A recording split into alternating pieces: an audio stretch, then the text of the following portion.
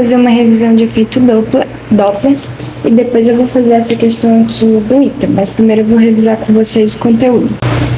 Então, se vocês gostam de Big Bang, a teoria, é só uma curiosidade, mas tem um episódio que o Sheldon se fantasia de efeito Doppler. E ele representa essas frentes de onda. Então, vamos entender o que é o efeito Doppler. Nenhum fenômeno ondulatório muda a frequência, com exceção do efeito Doppler, só que o efeito Doppler é uma mudança aparente da frequência, porque a frequência ela só depende da fonte geradora. No efeito Doppler parece que mudou, devido à aproximação ou ao afastamento entre uma fonte e um observador. Por exemplo, temos essa ambulância. Você já deve ter percebido isso quando uma ambulância passa perto de você. Quando a ambulância ela vai se aproximando desse homem aqui, ele recebe mais frentes de onda. As frentes de onda estão bem próximas uma das outras. Então, parece que a frequência está mais alta. Ele tem a sensação de que a frequência da onda aumentou. Consequentemente, o som ele fica mais agudo. Já para essa mulher aqui, quando a ambulância está se afastando, ela recebe menos frentes de onda por unidade de tempo. Por quê? Porque as frentes de onda estão mais afastadas umas das outras. Lembrando que frequência é igual ao número de ciclos por unidade de tempo. Então, se eu recebo mais frentes de onda, maior a minha frequência. Então, esse homem tem a sensação de um som mais agudo, de maior frequência. Já essa mulher tem a sensação de que a frequência diminuiu quando a ambulância está se afastando. Ou seja, ela sente um som mais grave e você consegue perceber isso na prática. Por isso que nesse episódio, se vocês assistiram também, quando perguntam ao Sheldon sobre o que era a fantasia dele, ele fica imitando o som da ambulância. Então, basicamente, essa aqui é a parte teórica do efeito Doppler, mas eu queria passar uma curiosidade para vocês também, porque muita gente acha que o efeito Doppler ele só acontece para o som, mas não, ele também acontece para a luz. Só que no caso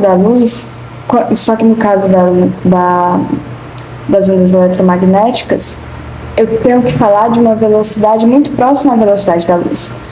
Ou seja, isso vai acontecer no caso, por exemplo, de galáxias se afastando ou se aproximando. Aí eu vou falar de um desvio para o vermelho e de um desvio para o violeta. O que acontece? Você deve lembrar dos seus estudos de ondulatório que o vermelho ele é a cor de maior comprimento de onda. Portanto, como comprimento de onda e frequência são inversamente proporcionais para aquela fórmula V igual a lambda-F, quanto maior o comprimento de onda, menor a frequência. Então, o vermelho é a cor de menor frequência. Então, o que acontece? Quando a galáxia está se afastando, ocorre um desvio para o vermelho. Por quê? Porque é a cor de menor frequência. Já quando uma galáxia está se aproximando, você deve lembrar que o violeta é a cor de maior frequência. Inclusive, quando você chega na faixa do ultravioleta, chega a ser até perigoso. Você pode sofrer com queimaduras. Por quê? Devido à alta frequência. Então, quanto maior a frequência, menor o comprimento de onda, só para lembrar. Se a galáxia estiver se aproximando de você, ocorre um desvio para o violeta. Então, isso aqui é mais questão de curiosidade, essa questão do efeito Doppler para a luz. E uma outra coisa também, se as velocidades da fonte e do observador forem iguais, não vai ocorrer efeito Doppler. Por quê? Porque a velocidade relativa vai ser zero. Então, o observador e a fonte, eles não estão nem se aproximando e nem se afastando. Agora, eu vou explicar a parte das contas para vocês, com a questão do ITA.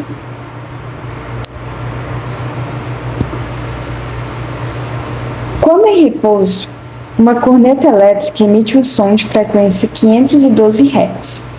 Numa experiência acústica, um estudante deixa cair a corneta do alto de um edifício. Qual a distância percorrida pela corneta durante a queda até o instante em que o estudante detecta o som na frequência de 485 Hz? Aqui são os dados que ele deu, essa parte de cima são os dados que ele deu na prova. Eu vou usar a velocidade do som no ar e a aceleração da gravidade também. Agora eu vou montar a equação do efeito Doppler junto com vocês e eu vou explicar quando que eu uso o sinal positivo, quando eu uso o sinal negativo, como eu penso na hora de montar a equação. Eu quero que quando vocês forem montar a equação, coloca de um lado observador e do outro lado você coloca fonte. Então, desse lado da equação vão ser as informações do observador e desse lado as da fonte. Frequência do observador sobre Vs, que é a velocidade do som, mais ou menos V observador, é igual a FF, que é a frequência da fonte, sobre Vs, que é V som, mais ou menos V fonte. Essa é a equação do efeito Doppler. E eu vou explicar para vocês como é que eu sei quando é positivo e quando é negativo. Mas primeiro eu vou desenhar a situação que a questão me trouxe. O estudante ele vai deixar cair a corneta do alto de um edifício. Então aqui eu tenho meu edifício. Em cima dele tem o estudante e ele deixa cair aqui a corneta. Sem resistência do ar. Sem resistência do ar, e a questão deu a entender que ele abandonou a corneta do alto de um edifício, ou seja, a velocidade inicial se ele abandonou a corneta do alto do edifício, eu estou falando de uma queda livre. Quando ele abandona a corneta. Aí quando eu estou falando de uma queda livre, como ele abandona a velocidade inicial é zero, né? E ele vai caindo aqui. Ok. Agora ele deu a frequência do observador, que é a frequência que ele detecta, lembra? A mudança da frequência é uma mudança aparente da frequência. Que ele já deu, que o estudante detecta o som na frequência de 485, deu a frequência da fonte, que é justamente a corneta, que é ela que emite o som, de 512 Hz. E pronto. O estudante está em repouso, ou seja, a velocidade dele é zero. Agora eu só tenho que saber se é mais ou é menos. Aí aqui eu vou ensinar para vocês a regra do off. O que seria essa regra do off? É uma seta que vai ligar o observador à fonte. Tudo que tiver a favor do off é positivo. Tudo que tiver contra o off é negativo. Quem é o meu observador? Quem é que está vendo o movimento da fonte que emite o som, o movimento da corneta? É o meu estudante. E quem é a minha fonte? É justamente a corneta que está caindo. Então, a seta do off vai ser essa daqui, do observador para a fonte. Lembrando, a favor do off positivo contra o off negativo. É assim que eu penso. Frequência do observador, a questão deu 485 Hz sobre a velocidade do som, que ele deu nos dados 340 metros por segundo, mais ou menos de observador. Aqui tanto faz se é mais ou é menos, porque o menino está em repouso. Então, 340 mais zero dá 340. Ele está em repouso, menino. Vou até colocar aqui, velocidade zero. É igual a frequência da fonte, 512, sobre velocidade do som, 340, mais ou menos velocidade da fonte. Agora sim, eu tenho que saber se a velocidade da fonte entra positiva ou se entra negativa. A fonte, ela tá caindo para cá. O off, a seta do off, ela vem daqui para cá também. Porque observador que está bem aqui em direção à fonte que está caindo. Então também é essa seta. Ou seja, a minha fonte está caindo a favor da seta do off. Se está a favor do off, positivo. Então 340 mais a velocidade da fonte. E eu tenho que descobrir a velocidade da fonte para conseguir descobrir a altura, né, a distância percorrida pela corneta. Aí já vai ser uma queda livre. Termina em 0 ou em 5. É divisível por 5. Eu vou simplificar aqui.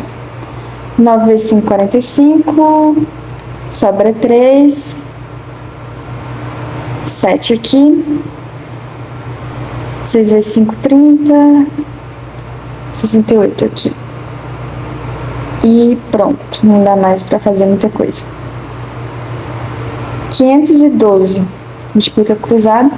512 vezes 68. 8 vezes 2, 16. 8 vezes 1, 8 mais 1, 9. 8 vezes 5, 40. 6 vezes 2, 12. 6 vezes 1, 6 mais 1, 7. 6 vezes 5, 30.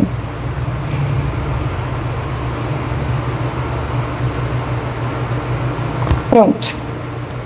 34.816. Lembrando, esse 97 ele está multiplicando. Olha, 97 vezes 340 mais VF, ou seja, ele está multiplicando tanto 340 quanto VF. Você faz chuveirinho. Então, 97 vezes 34. 4 vezes 7, 28. Depois só adiciona o 0. 4 vezes 9, 36, mais 2, 38. 3 vezes 7, 21. 3 vezes 9, 27, mais 2, 29. 8 mais 1, 9. 12. Adiciona o 0, né? Que eu só adicionar o 0 no final. 32.980 mais 97 VF. Agora você faz 34.816, lembrando, tá positivo, passa para o outro lado, negativo. 34.816 menos 32.980. 0 para 6, 6. 8 para 11, 3, vai 1. 1 e 9, 10. 10 para 18, 8, vai 1. 2, 3. 3 para 4, 1. 3 para 3, nada. 1.836 é igual a 97 VF. VF é igual a 1.836 dividido por 97. 2 vezes 90 já dá 180. Aqui é 183. Não tem como eu multiplicar 2 vezes 97 e achar que vai dar 183. Então, multiplica aqui por 1. 97. 7 para 13, 6, vai 1. 9, 10. 10 para 18, 8, vai. Deixa eu ver aqui. 8 vezes 9, 72. 9 vezes 9, 81. Vamos testar por 8. 8 vezes 7, 56. 8 vezes 9, 72. 77, bem aqui. 97 vezes 9 vai passar. Aqui, ó, 9 vezes 7, 63. 9 vezes 9, 81. Aí dá 87, então vai passar. Então, multiplica aqui por 8. 776. 6 para 6, nada. 7 para 16. Dá 9, vai 1. Opa. Vírgula. 0. Aqui vai dar 9, né? 18,9. Deixa eu ver como é que estão as alternativas. Ó. 13,2, 15,2, daqui pra cá pulou 2 metros. Aí vem 16,1, 18,3, 19,3. As alternativas, elas estão bem distantes umas das outras. Eu vou arredondar esse 18,9 para 19. Porque ninguém merece fazer 18,9 ao quadrado. Por quê? Ele abandonou a corneta. Eu estou falando de movimento de queda livre. A queda livre é um tipo de movimento uniformemente variado, é um tipo de move. Eu vou lembrar com vocês as equações do move. V igual a V0 mais AT. S igual a S0 mais V0T mais AT quadrado sobre 2. E a última que salva quando você não tem um tempo, que é Torricelli. V quadrado igual a V0 ao quadrado mais 2A delta S. Agora eu vou fazer aqui uma pergunta para vocês. A questão disse quanto tempo levou a queda da corneta? Não, em nenhum momento a questão fala de tempo de queda. Então faz sentido eu usar a função da velocidade? Não. Faz sentido eu usar a da posição, que tem um tempo? Não. Se o tempo não foi dado, eu uso o Torricelli. Só que, claro, eu vou adaptar para a situação, que é uma situação de queda livre. Na queda livre, o corpo é abandonado, ou seja, a velocidade inicial é 0. A aceleração, o que faz o corpo cair é a aceleração da gravidade. A aceleração da gravidade puxando o corpo para baixo. Então, V quadrado é igual a 2 vezes G, e a distância que ele percorreu é justamente a altura que ele caiu. Então, V quadrado igual a 2GH. Velocidade ao quadrado. 19 ao quadrado dá 361. É igual a 2 vezes G. Ele deu o G igual a 9,8 metros por segundo ao quadrado. Ele não quis arredondar para 10, né? Vezes H. 361 é igual a 9,8 vezes 2. 2 vezes 8, 16. 2 vezes 9, 18. Mais 1, 19. 19,6 H. Portanto, a minha altura vai ser igual a 3.610 dividido por 196. Por 2 aqui vai passar. Ó, 196 vezes 2 vai passar. 2 vezes 6, 2. 2 vezes 9, 18. Mais 1, 19. 2 vezes 1, 2. Mais 1, 3. Que é 1. 196. 6 para 11, 5. Vai 1. 9, 10, 10 para 16. 6 vai 1. 1, 2, 2 para 3. 1. 196, vamos ver. Vezes 8. 8 vezes 6, 48. 8 vezes 9, 72. Dá mais 4, 76. Vezes 1, 8. 15. 1568. Aqui dá 8. 1568. Vamos olhar aqui.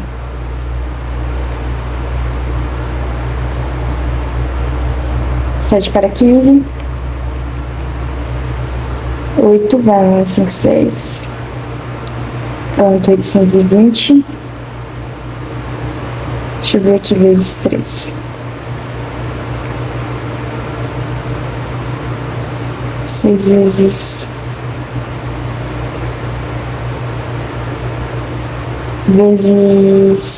4. 18,4 aproximadamente, né? Porque 196 vezes 5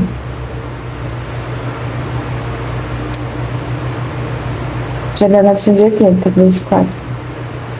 Já dava para marcar quando eu cheguei no 18, mas vamos fazer a conta toda, né? Já que a gente está estudando. H igual a 18,4 metros. Eu arredondei para mais aqui, no caso da velocidade. Então, meu valor tem que dar menor. 18,3. É isso, o vídeo ficou um pouquinho longo, mas eu queria fazer uma revisão completa de queda livre. Essa parte do cálculo, eu sei que tem outras formas de fazer o cálculo, mas Eu adoro essa regra do off. Essa questão de você colocar uma seta indo do observador em direção à fonte. O que tiver a favor do off é positivo e o que tiver contra o off entra negativo na fórmula. E a questão da fórmula também, na hora de montar, se vocês acharem que é mais prático coloca o observador de um lado, fonte do outro e vai montando frequência, frequência com frequência, e aqui velocidade do som mais ou menos a velocidade de um, e aqui a velocidade do som mais ou menos a velocidade do outro. Eu adoro quando cai de cálculo. Antes eu não gostava, mas eu passei a gostar quando me ensinaram essa regra. Então é isso, a gente viu o conceito de efeito Doppler, essa questão de aproximação e distanciamento, a mudança da frequência, a frequência aparente muda para o observador. Inclusive eu citei o exemplo da ambulância, vocês já devem ter visto muito isso, e eu quis dar uma aprofundadinha com essa questão do efeito Doppler para a luz. Se vocês gostarem, eu peço, por favor, que curtam o vídeo e, se puderem, claro, se inscrevam no canal. Muito obrigada por terem ficado até aqui.